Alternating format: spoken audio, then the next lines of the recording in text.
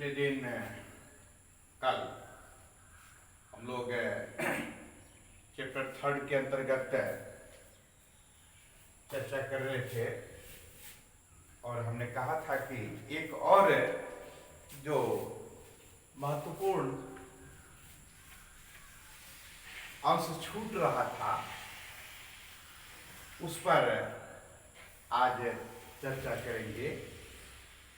जो लास्ट इस टॉपिक का है वह है how does a bill become a law, यानी कोई भी प्रपोजल विधेयक कैसे कानून बन जाता है, कैसे नियम बन जाता है, इस पर चर्चा करेंगे। तो सर्वप्रथम हमको यह जानना चाहिए कि ये विधेयक कितने प्रकार का होता है। कोई भी प्रस्ताव को सामान्यतया हम विधेयक के रूप में जानते हैं और यह विधेयक दो प्रकार का होता है। एक होता है धन विधेयक और एक होता है सामान्य विधेयक। किंतु धन विधेयक को भी दो श्रेणियों में बांटा गया है। एक धन विधेयक में एक और उसका रूप है जिसको हम लोग फाइनेंस बिल के रूप में जानते हैं, और एक है ये ऑर्डिनरी बिल के रूप में, यानी 1 और 2। तो धन विधेयक का संबंध सामान्यतया धन से है। जब आप आगे की कक्षा में जाएंगे तो आप देखेंगे कि जो आर्टिकल 110 के अंतर्गत, यानी 110 आर्टिकल के अंतर्गत जो प्रावधान है उसमें जो भी प्रपोजल आएंगे, ऐसे प्रपोजल को हम लोग मनी बिल के रूप में जानते हैं। उसमें जब आप अनुच्छेद 110 को पढ़ेंगे तो उसमें स्पष्ट और विशद व्याख्या है कि धन विधेयक में किन किन तथ्यों का होना आवश्यक है। किंतु अभी आप छोटी कक्षा में हैं तो इतना ही जाने, धन से संबंधित जो विधेयक होता है, मुद्रा से संबंधित जो विधेयक होता है, इसको हम लोग धन विधेयक के रूप में जानते हैं। और जिस विधेयक का संबंध धन से नहीं होता है, जिन विधेयक का संबंध धन से नहीं होता है, ऐसे विधेयक को हम लोग सामान्य विधेयक या साधारण बिल,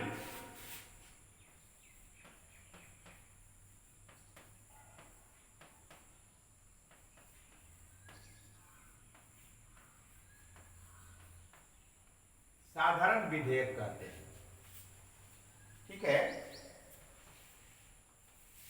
ऐसा विधेयक जिसका संबंध धन से नहीं होता है, ऐसे विधेयक को हम लोग साधारण विधेयक कहते हैं। Those proposal, those bill which are not related to money, that is known as ordinary bill, and those proposal of bill which is related to money, that is known as money bill. It is already clear. एक और शब्द आया है जो इससे बहुत मिलता जुलता है, इसको भी हम क्लियर कर देना चाहेंगे। फाइनेंस, फाइनेंस को हम लोग हिंदी में वित्त कहते हैं। वित्त,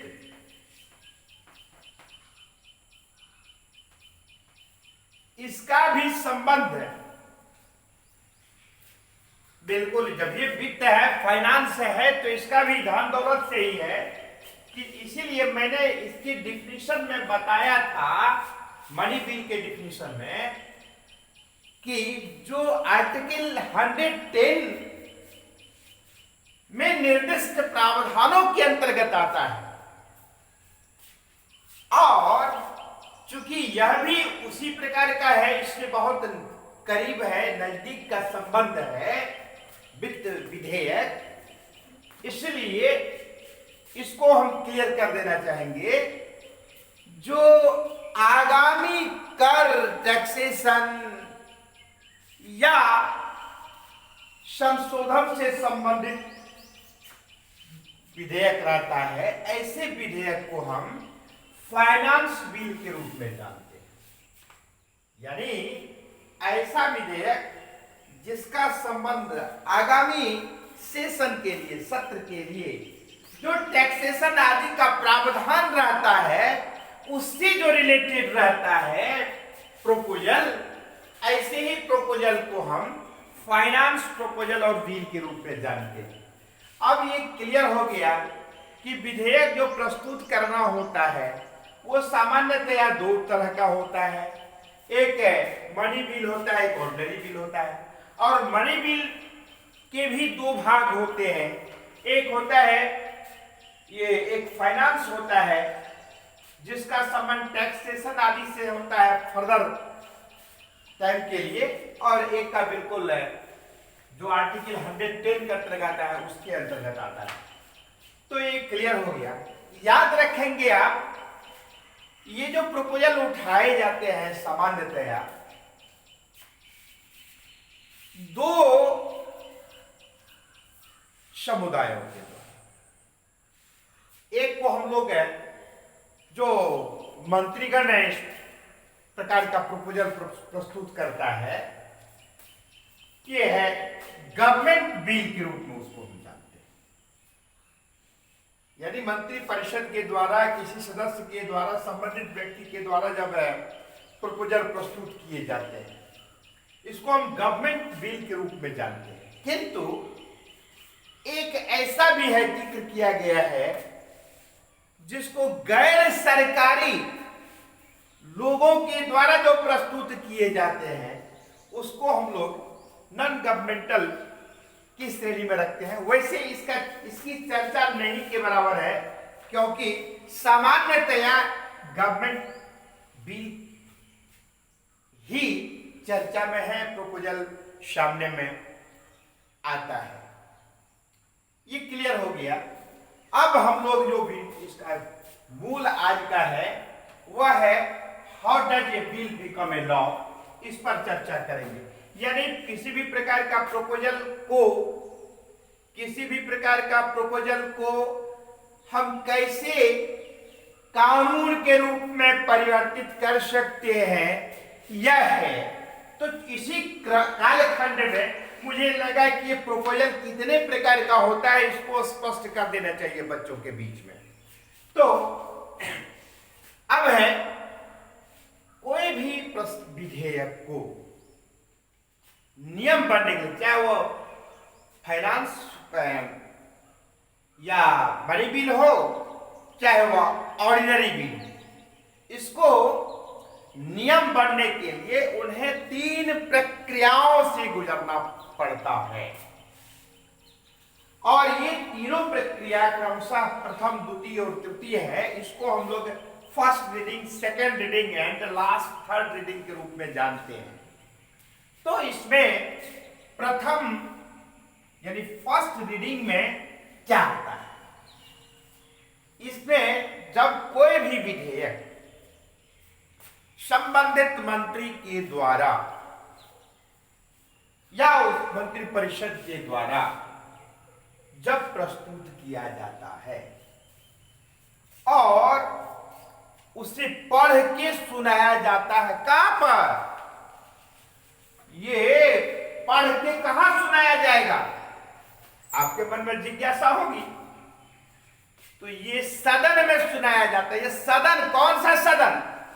तो पार्लियामेंट में। पार्लियामेंट में हमने कहा है ना, पहले भी चर्चा कई बार हुई है, पार्लियामेंट के दो सदन होते हैं, उच्च सदन और निम्न सदन। तो किसी एक सदन में संबंधित मंत्री के द्वारा पढ़ के सुनाया जाता है, प्रस्तुत किया, प्रस्तुतिकरण, और उसको पढ़ के सुनाया जाता है। क्लियर? अब है फिर दूसरा जो है स्टेज, वह है सेकेंड रीडिंग का। इसमें बेसिकली फर्स्ट रीडिंग में प्रपोजल को, बिल को प्रस्तुत करना और पढ़ के सुनाना, एक एक प्रति सभी मेंबर को दिया जाना। इस प्रकार की जो प्रक्रिया है, यह फर्स्ट रीडिंग के अंतर्गत आता है। किंतु सबसे महत्वपूर्ण सेकंड है रीडिंग। इसमें इसको एक स्थानीय समिति को सुपुर्द कर दिया जाता है, उसकी जांच के लिए, सत्यापन के लिए, और उस प्रपोजल की जो जो धाराएं हैं, उस प्रपोजल के जो जो खंड हैं, उस प्रपोजल के जो जो विचार हैं, उस पर गहन रूप से चर्चा होती है, विशद चर्चा होती है, बहुत बहस होती है, बहुत बहस होती है, और बड़ा लंबा कालखंड इस पर दिया जाता है। स्पीकर से आग्रह करने पर और क्रमशः बढ़ता है, स्पीकर के द्वारा समय और बढ़ा दिया जाता है। भाव यह है कि सेकेंड स्टेज जो है, प्रपोजल को बहस के लिए सदन के सम्मुख प्रस्तुत किया जाता है और लंबी बहस होती है, और अंततः मतदान भी होता है। और उसके बाद इतनी प्रक्रिया ये सेकेंड स्टेज की होती है, सेकेंड रीडिंग में होती है। इसके बाद का जो है वह है थर्ड प्रपोजल, थर्ड रीडिंग। इसमें बहुत विस्तृत चर्चा की बात नहीं रह जाती है, ऑलरेडी यहां पर ही सेकंड में ही क्लियर हो जाता है। तो यह थर्ड स्टेज को पारित करने के लिए अधिकृत किया जाता है। ओके, तो इस स्टेज में यह देखा जाता है कि वास्तव में मोर देन 50% वोट्स उस प्रपोजल के फेवर में है तो वो पारित किया जाएगा, यदि नहीं है तो फिर वो वहीं पर डिजॉल्व हो जाएगा। तो इसमें थर्ड स्टेज में राष्ट्रपति का सिग्नेचर होता है, ऑलरेडी ये फाइनल, इसीलिए इसमें महज ये औपचारिकता मात्र रह जाती है कि चूंकि जो होने का रहता है वो सेकेंड स्टेज में ही, सेकेंड रीडिंग में ही वो प्रपोजल पर बहस हो जाती है, फाइनल हो जाता है विचार, और फिर इस पर अंततः उसको पास की स्वीकृति दे दी जाती है राष्ट्रपति के हस्ताक्षर के द्वारा। तो ये किसी एक सदन में इस प्रकार की प्रक्रिया से गुजरना पड़ता है किसी भी प्रपोजल को पारित होने के लिए। अब तो एक सदन में हुआ, अब ठीक उसी प्रकार से दूसरे सदन में भी इन विभिन्न प्रक्रियाओं से उस प्रपोजल को गुजरना होता है। यानी माना कि इसको हमने देखा कि यह है लोअर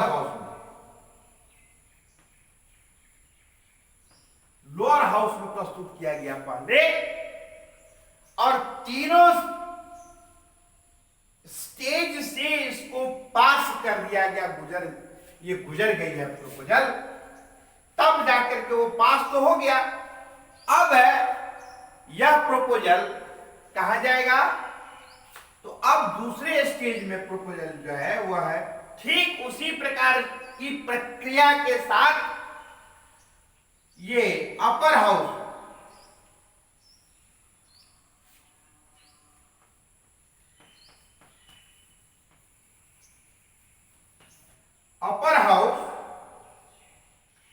में भी प्रस्तुत करना होगा, पढ़ के सुनाना होगा, फिर सेकेंड स्टेज में बहस होगी, और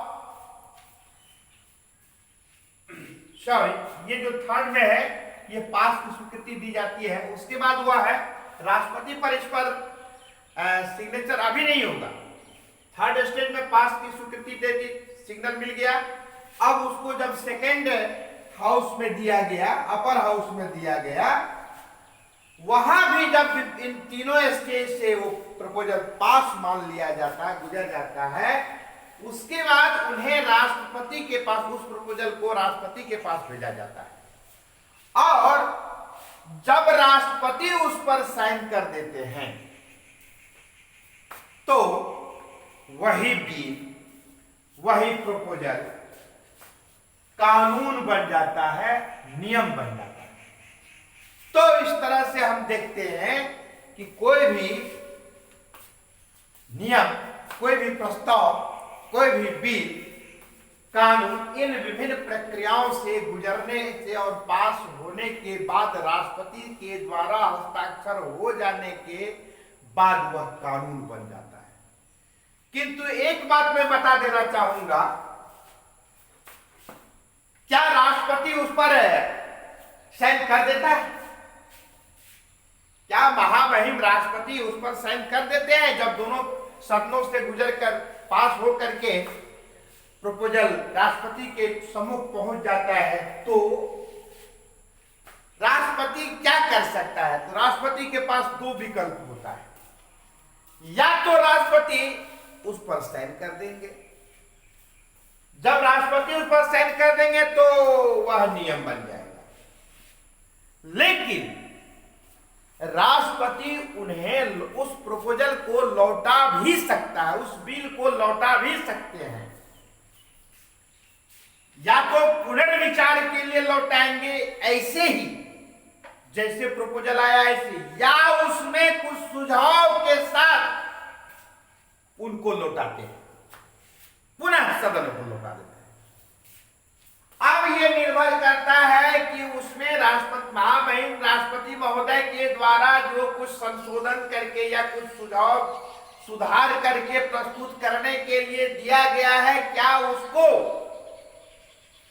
राष्ट्रपति महोदय के द्वारा दिए गए सुझाव को सदन उसमें परिवर्तन, प्रपोजल में परिवर्तन करता है, या यूं ही बिना परिवर्तन किए यथावत रूप में उसे पुनः पारित करके दूसरे सदन में भेजकर दूसरे सदन से भी पारित करके यदि पुनः राष्ट्रपति के पास उस प्रपोजल को पास करके भेज दिया जाता है, now president has no alternation option to reject or to tolerate it.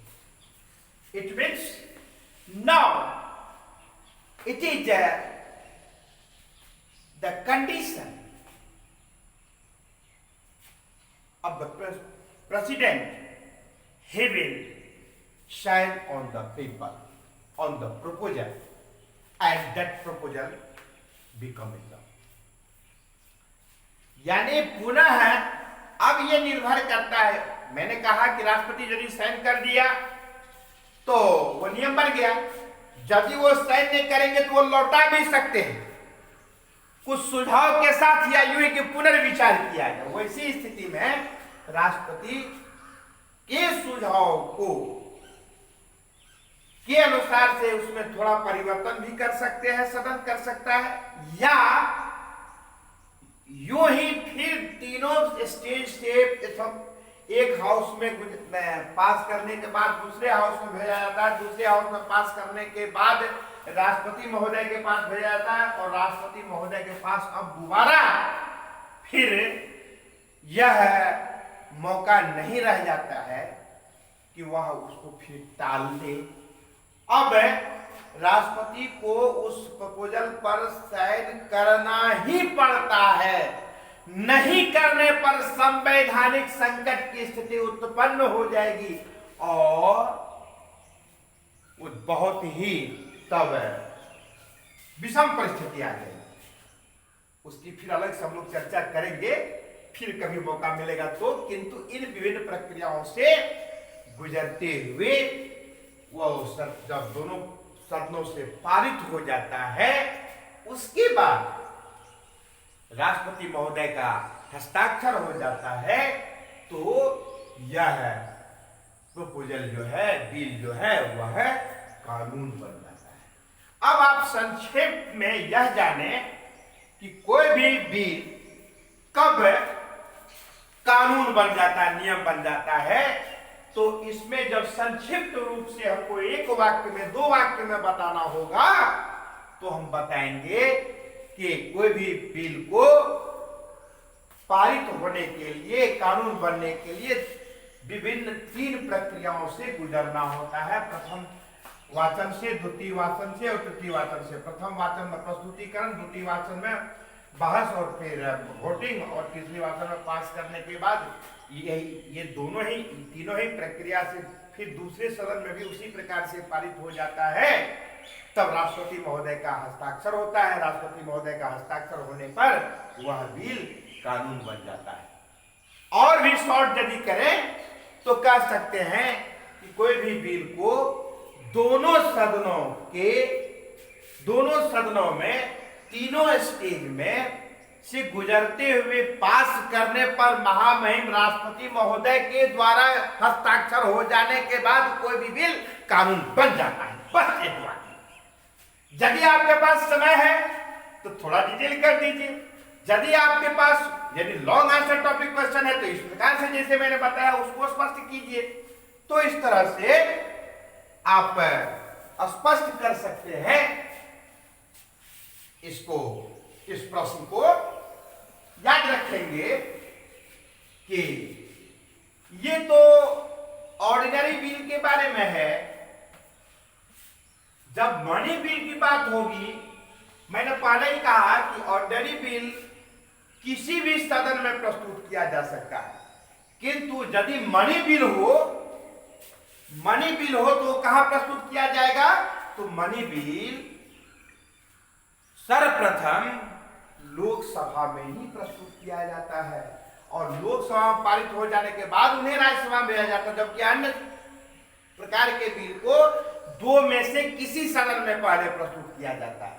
तो मनी बिल ऐसा बिल है जिसको कि लोकसभा में पहले प्रस्तुत करना होता है। लोकसभा में पारित होने के बाद उन्हें राज्यसभा में भेजा जाता है। राज्यसभा भी उस पर सारी मोहर लगा देता है। यदि नहीं लगाए तो भी उसे पारित मान लिया है, क्योंकि लोकसभा में ही इसका अंतिम निर्णय लेने का प्रावधान है। और यदि राज्यसभा से भी पारित हो जाते तो होता है कि दोनों शब्दों से पारित हुआ, और अच्छी बात है, नहीं भी हुआ तो भी पारित हो जाएगा। लेकिन मनी बिल को छोड़ करके बाकी किसी भी बिल को किसी भी सदन में पहले प्रस्तुत किया जा सकता है। तो आज मेरा मानना है कि आपको समझ में आ गया होगा। फिर यदि इसमें और किसी भी प्रकार का प्रश्न है, ढेर सारी बात हमारे मन में आ रही है, किंतु समय की मर्यादा है ऑनलाइन क्लास में, तो थोड़ा हम भी विवश हैं, किंतु बाद में फिर मौका हम लोगों को मिलेगा। आप इससे संबंधित जितना भी प्रकार का प्रश्न करेंगे मुझे बेहद खुशी होगी कि आप डिटेल्स में और जानने के लिए इच्छुक हैं। मैं आपको स्पष्ट करूंगा। आज की कक्षा में इतना ही। धन्यवाद।